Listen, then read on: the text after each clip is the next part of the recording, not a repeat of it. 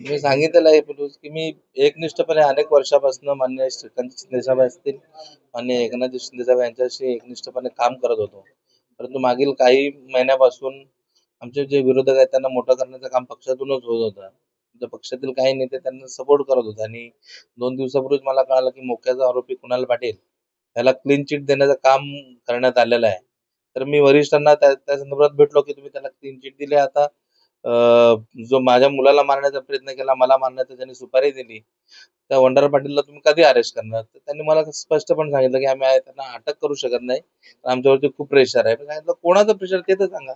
मग त्यांनी सांगितलं, की तुमच्याच नेत्यांचं आम्हाला खूप प्रेशर आहे, त्याच्यामुळे आम्ही त्याला अटक करू शकत नाही. मग त्यामुळे मी अतिशय दडपणात आलो होतो 2 दिवसापासून आणि मग मी काल शेवटी निर्णय घेतला. मी रविदादांशी चर्चा केली आणि मग इथे आज भारतीय जनता पार्टीमध्ये प्रवेश केला. समजूत काढण्याचा आता कोणाला कळालंच नाही, की मी जातोय म्हणून. त्याच्यामुळे काय समजूत घालण्याचा प्रश्न नाही.